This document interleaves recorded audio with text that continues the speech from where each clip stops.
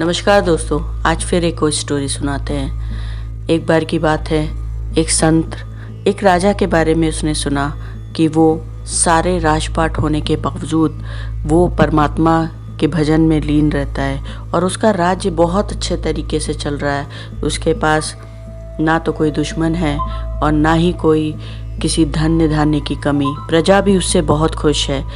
वो इस विचार के साथ राजा के यहाँ चल पड़ा कि उसे कुछ न कुछ नया मिलेगा।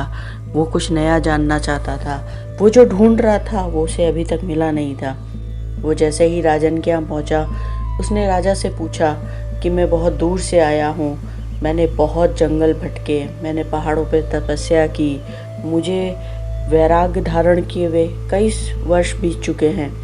मैं जानना चाहता हूँ, लेकिन मुझे जो जानना है क्या आप उत्तर दे पाएंगे, क्योंकि मुझे अभी शांति नहीं मिली है और मैं जिस भगवान को ढूंढ रहा हूँ वो मुझे अभी तक नहीं मिल पाया है। मैंने तीर्थ भी बहुत किए। राजन ने कहा कि मैं अभी काम कर रहा हूँ, आप एक काम करिए, तब तक आप मेरा महल घूम के आइए, उसको देखिए। और जैसे ही पंडित जाने लगे, उन्होंने कहा कि आप एक मिनट मेरी बात सुनिए, आप ये दिया लेकर के जाइए, बस ये ध्यान रखिएगा कि ये दिया बुझने ना पाए। तब तक आप सारा महल देख करके आइए, मैं ये काम निपटा करके आपका सवाल के जवाब देता हूँ। संत ने यही किया और वो दिया ले करके पूरे महल में जा निकले। वो देख रहे थे और संभालते जा रहे थे उस दिए को।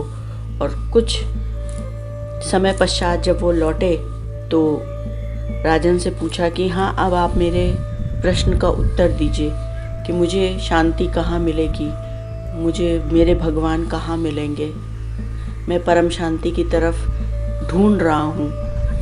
राजन ने कहा कि क्या आप मेरा महल देख पाए?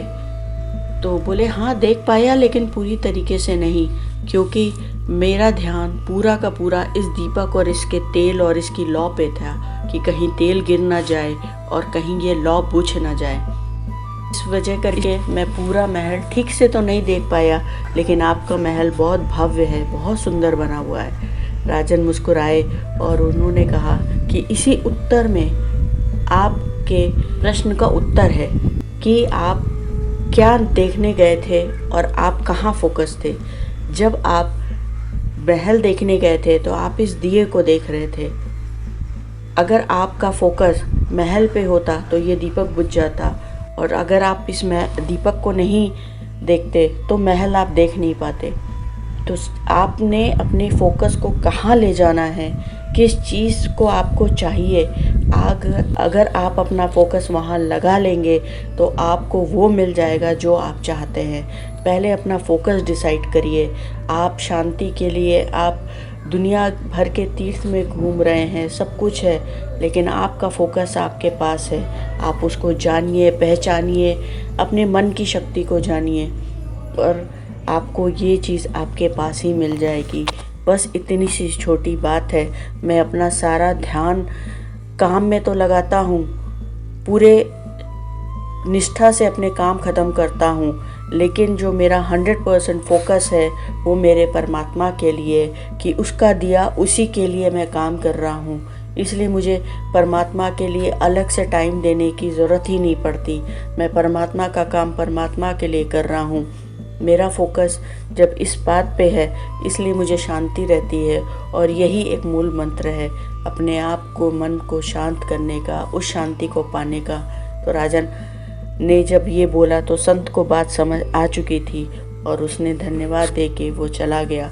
तो दोस्तों, अपने फोकस को, अपनी चीज़ों को पहचानिए। आप क्या चाहते हैं, क्या पाना चाहते हैं, अपने मन को बैलेंस बनाइए, क्योंकि अब इसकी बहुत ज़्यादा ज़रूरत है। और सच पूछिए तो सबसे ज़्यादा ज़रूरत है। तो कल फिर मिलते हैं। स्टोरी पसंद आती है तो लाइक शेयर कमेंट ज़रूर बनता है। आप शेयर करिए। अगर आपको इसमें कोई चीज़ नहीं समझ में आ रही है तो भी आप कमेंट कर सकते हैं। पसंद आती है तो भी कमेंट कर सकते हैं। और अगर किसी की ज़िंदगी में कोई चीज़ आपको लगता है कि फ़ायदेमंद होगा तो उसको ज़रूर शेयर करिए। कल फिर मिलेंगे नए थॉट के साथ, नई चीज़ों को ला करके। बात सिर्फ मन के शक्ति की है, हमारी शांति की है, लाइफ को बैलेंस बनाने की है। तो अपने लाइफ को बैलेंस बनाते जाइए, पॉजिटिव रहिए और दूसरों को भी रखिए। कल फिर मिलते हैं, तब तक के लिए बहुत बहुत बहुत धन्यवाद।